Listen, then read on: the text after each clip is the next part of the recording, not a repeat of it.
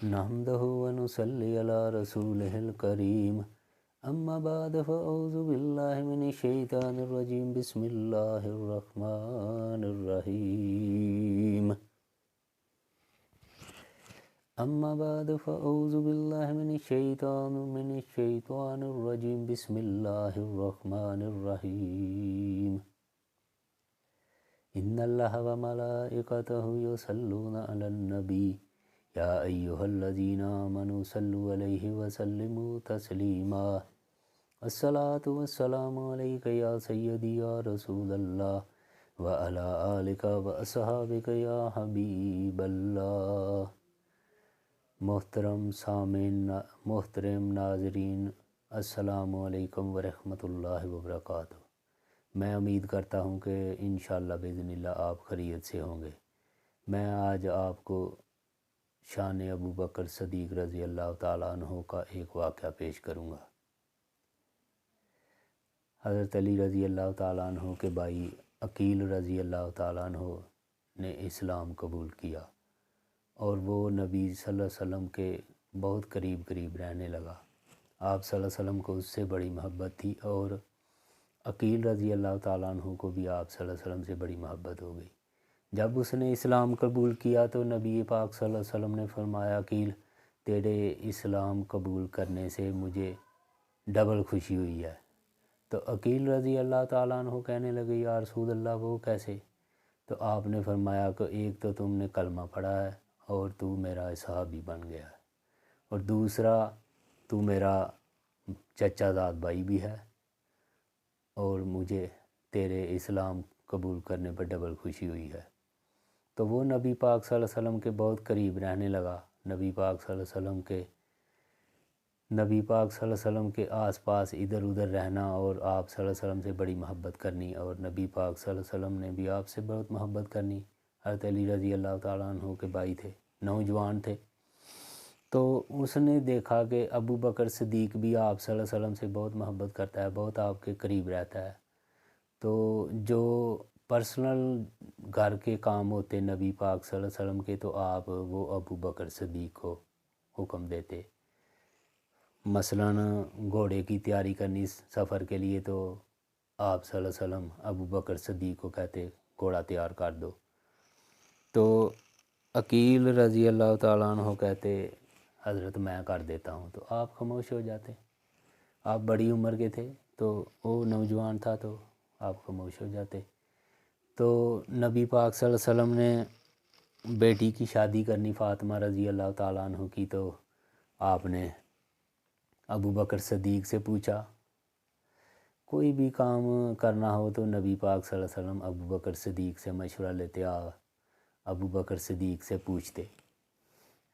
تو عقیل نے دیکھا کہ ہر کام میں ابو بکر صدیق آگے، ہر کام میں آگے، تو وہ سوچنے لگے یہ کیا معاملہ ہے۔ نوجوان تھے، اتنی سمجھ نہیں تھی کہ ابو بکر صدیق کا اتنا مقام ہے، اتنا رتبہ ہے، کتنے سب سے پہلے ابو بکر صدیق نے کلمہ پڑھا ہوا ہے، سب سے پہلے مصیبتیں، دکھ، تکلیفوں کے وقت نبی پاک صلی اللہ علیہ وسلم کے ساتھ رہا ہے۔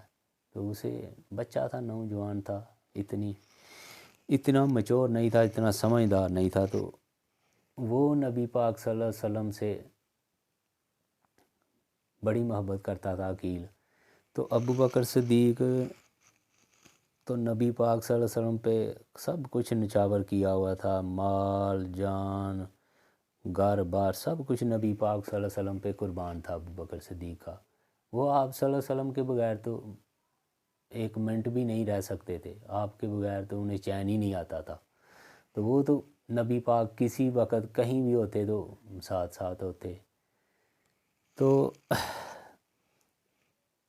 نبی پاک صلی اللہ علیہ وسلم جمعے کے دن خطبے کے لیے آتے، تو ابو بکر صدیق رضی اللہ تعالیٰ عنہ پہلے پوری مسجد کی صفائی کرتے، اور پھر جہاں پہ نبی پاک صلی اللہ علیہ وسلم نے خطبہ ارشاد فرمانا ہوتا وہاں جا کر بیٹھ جاتے۔ تو ایک دن عقیل رضی اللہ تعالیٰ عنہ آئے تو کہنے لگے کہ ابو بکر صدیق سے کہ نادانی میں کوئی بغض نہیں تھا، وہ بھی حضرت ابو بکر صدیق سے محبت کرتے تھے، عشق کرتے تھے، بس نادانی میں اتنی عقل نہیں تھی، اتنا مچور نہیں تھے، تو کہنے لگے کہ آپ پیچھے والی صف میں چلے جائیں۔ تو حضرت ابو بکر صدیق رضی اللہ تعالیٰ عنہ پچھلے والی صف، پھر پیچھلے والی، پھر ایسے کرتے کرتے آپ 7ویں صف میں جا کے بیٹھ گئے۔ تو آپ نے کہا کہ آپ خاموشی کے ساتھ جا کر بیٹھ گئے۔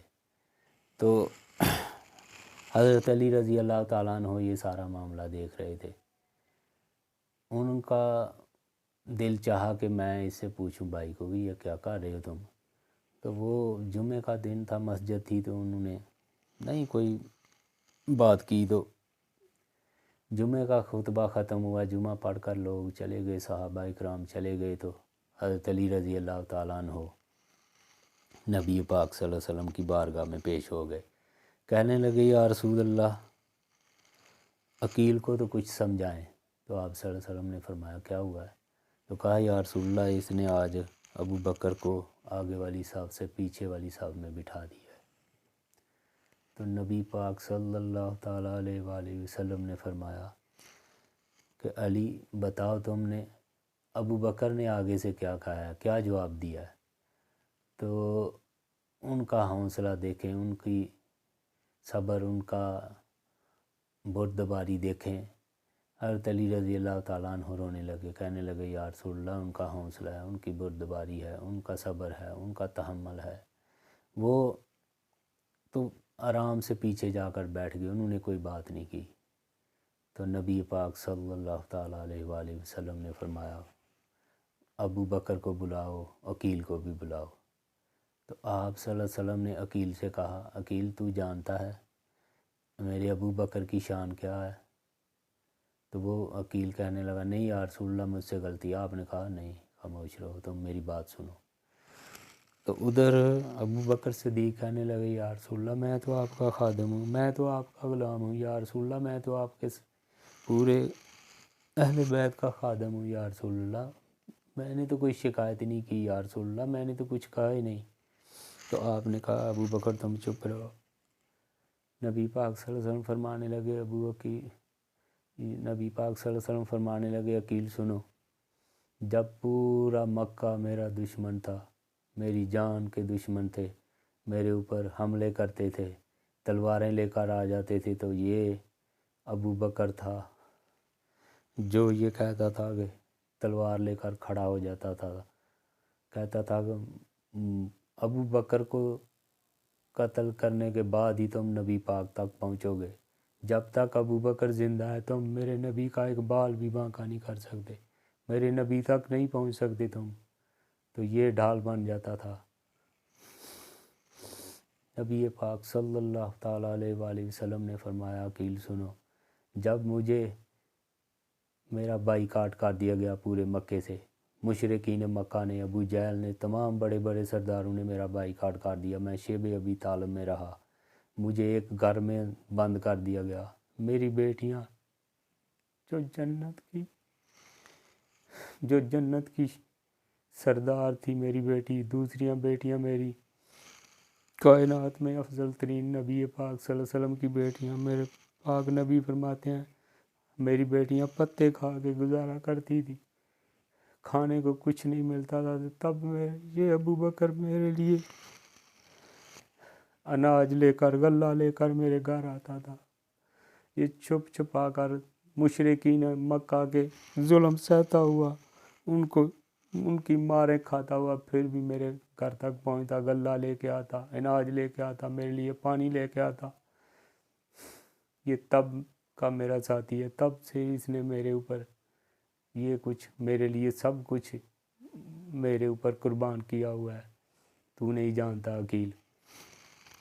نبی پاک صلی اللہ علیہ وسلم نے فرمایا جب میں ہجرت کر کے مکے کو چھوڑ کر مدینہ کی طرف جانے لگا تو ابو بکر میرے ساتھ تھا، وہ پہاڑ کی چوٹی غار ثور کے اوپر چڑھتے ہوئے اس نے مجھے اپنے کندھے پہ اٹھا لیا تھا، میں تھک چکا تھا، تو اس کے پاؤں میں چھالے پڑ گئے تھے، میں اور ابو بکر ہم 3 دن غار ثور میں رہے تھے، اس کی بیٹی اور اس کا بیٹا، اس کی بیٹی ہمارے لیے کھانا لے کے آتی تھی، رات کی تاریکی میں مشرکین مکہ سے چھپ چھپا کر کھانا لے کے آتی تھی میرے لیے، اس کا بیٹا بکریوں کا دودھ دو کر میرے لیے لے کے آتا تھا۔ آج جس مسجد میں تو بیٹھ کر ابو بکر صدیق رضی اللہ تعالیٰ عنہ کو کہہ رہا تھا کہ پیچھے والی صف میں بیٹھ جاؤ، اس مسجد میں بھی سب سے پہلا جو مال خرچ کیا ہے، جو مال دیا ہے، وہ بھی ابو بکر کا تھا۔ اور کیا کیا میں تمہیں بتاؤں عقیل، تم نے اچھا نہیں کیا ہے۔ یا رسول اللہ معافی ہوگی، یا رسول اللہ غلطی ہوگی، یا رسول اللہ میں نادان تھا، ابو عقیل کہنے لگے۔ نبی پاک صلی اللہ علیہ وسلم نے فرمایا لوگوں کا مال دیا ہوا تو میں خرچ کرتا ہوں، چکتے چکتے خرچ کرتا ہوں کہ کہیں کوئی پوچھے گا کہ یا رسول اللہ آپ نے کہاں خرچ کیا، تو ابو بکر کا مال میں اپنا مال سمجھ کر خرچ کرتا ہوں۔ میرا ابو بکر اس کے بارے میں کوئی بات کرے مجھ سے برداشت نہیں ہوتا ہے۔ نبی پاک صلی اللہ علیہ وسلم نے فرمایا عقیل تم نے اچھا نہیں کیا۔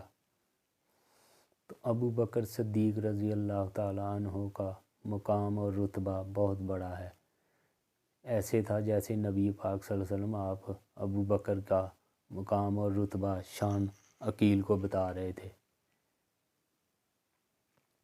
وَمَا عَلَيْنَا إِلَّا الْبَلَاغُ الْمُبِينُ۔